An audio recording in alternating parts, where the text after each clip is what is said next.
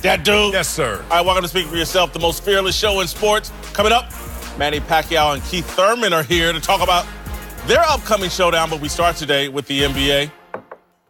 One of my favorite lines from the TV show, The Wire, is when Prop Joe says that New York enforcer Brother Mouzon got more bodies on him than a Chinese cemetery. These NBA playoffs are starting to rival Brother Mouzon.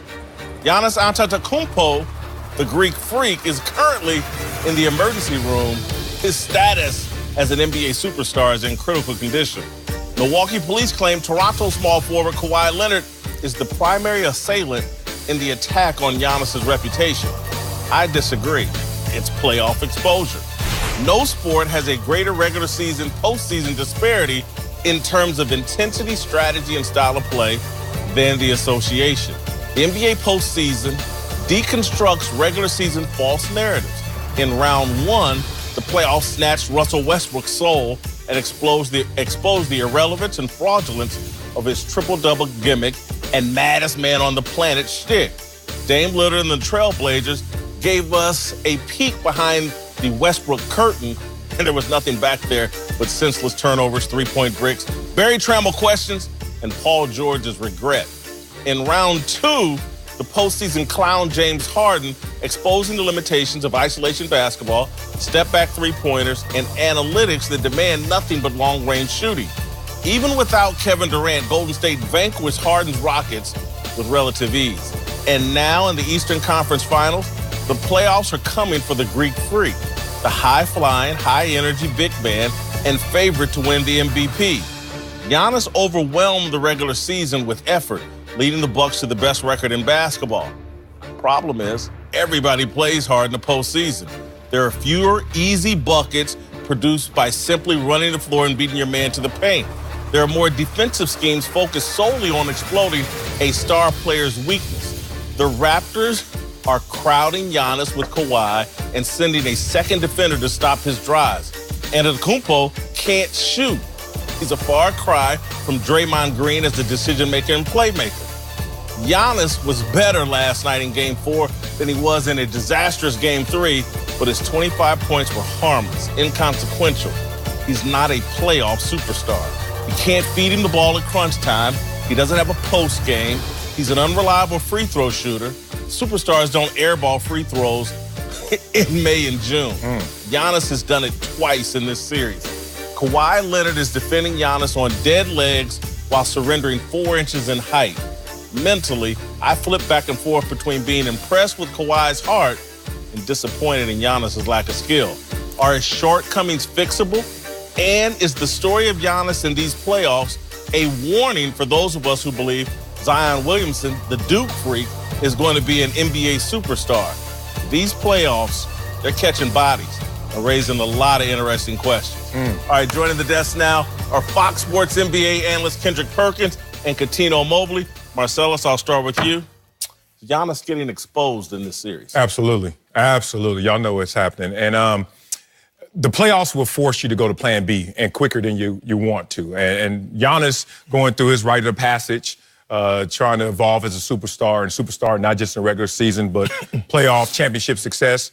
You got to go through this. And he's just going through the same thing that the greats have gone through. Jordan rules anyone, and you got to overcome the Jordan rules to become Michael Jordan, the GOAT.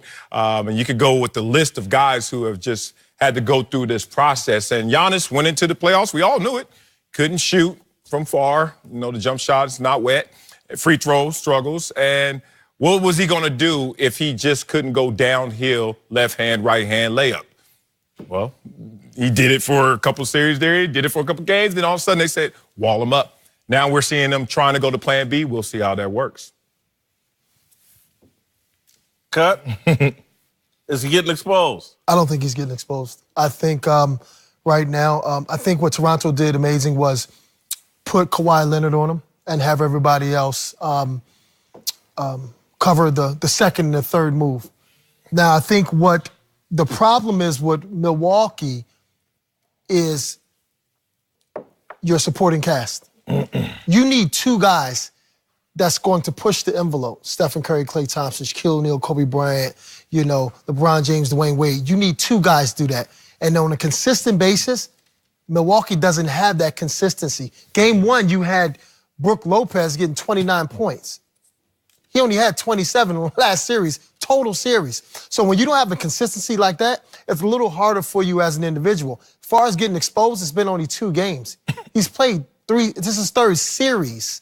So I think we need to pump our brakes on him being exposed. Let's wait another game or 2 because Toronto's supposed to do that. They're supposed to win at home. That's what Toronto's not a bad team. They're supposed to win at home. You have Marcus Gasol, you have Green, you have Ibaka, you have Kawhi Leonard. They're defensive players. So they're not going to let you just dominate me as well. But you have 4 guys on 1 person. To me, it's not just the wins and losses. It's just the feeling that I don't feel like Milwaukee has a playoff superstar. Well, this is my take on it, and I'm caught in between for the simple fact that I feel like right now Giannis is getting exposed these last couple of games just for the simple fact that Kawhi is guarding him and he's not even 100% and he's making it tough on Giannis. And the thing is that, and this is why I picked Toronto to win the series from the jump, was because it's the experience. And experience don't necessarily have to come with on-the-court play. It just have to, it's mentally.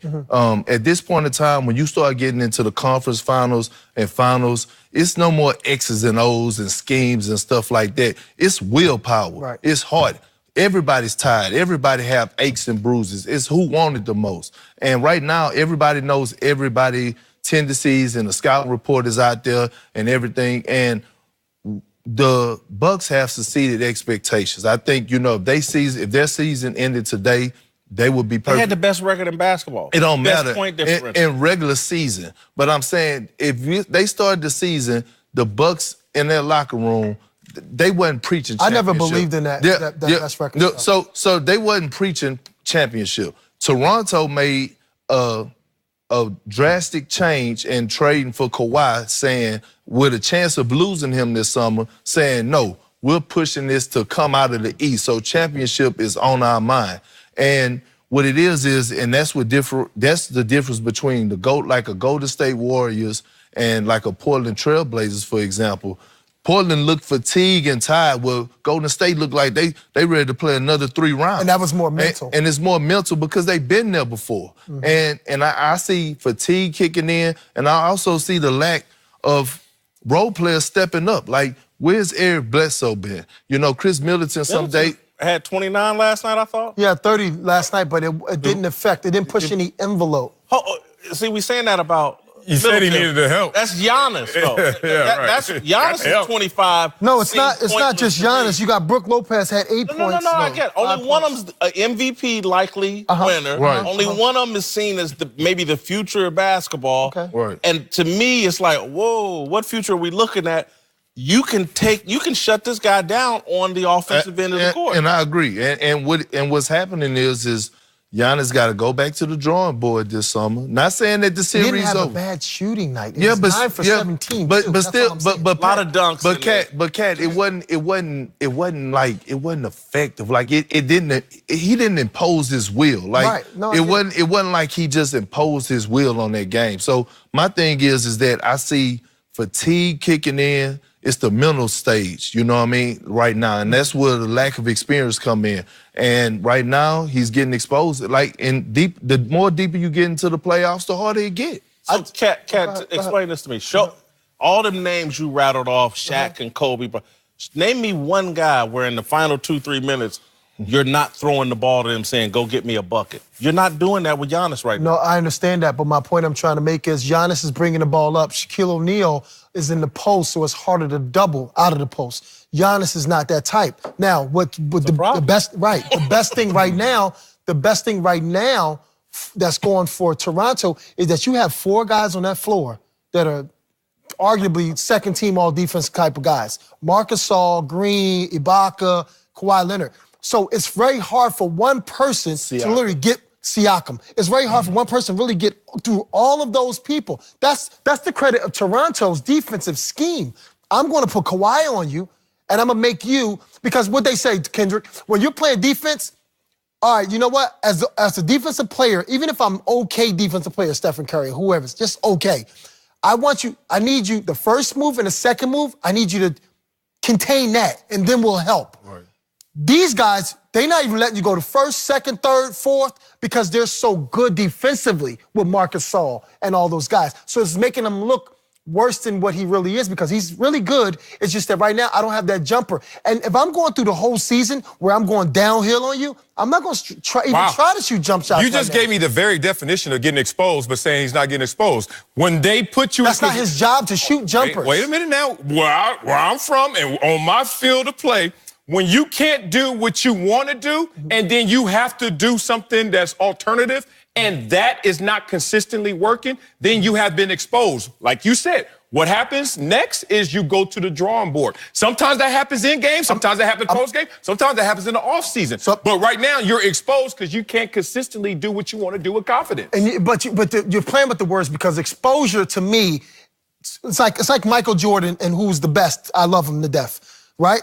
Your first championship game, you played the Lakers. Magic Johnson had a triple-double on you. What did they do the second game? Guess what? You got an insurance package right there, Scottie Pippen. He's shutting it all down now. Giannis don't have that. He don't have another guy to be able to push the envelope. He has another all-star. Again, you're talking about the defensive end. We're mostly having a conversation about the offensive end, where the guy... No, I'm talking about Toronto's defense. No, I get it. But I'm saying, we're talking about Giannis. Yeah. In this league, it's still a bucket league. It's what they call a make-or-miss league. Right. Offense, putting the ball in the hole is still Who's the great? most important Who's great thing. on their team, Kendrick, in pick-and-roll settings? Who's great on their team? Okay. No one. Gotcha. So if now Giannis, if you don't want to dribble the ball and come downhill so they wall me up, what should you do as a really good Eric Bledsoe or Middleton? What should you do? Pick and roll. So now Giannis is on the move, so it's harder to wall you up. Absolutely. That's what it is. But they don't have that guy. So it's making them look more... That's credibility, and I agree with you. But at the end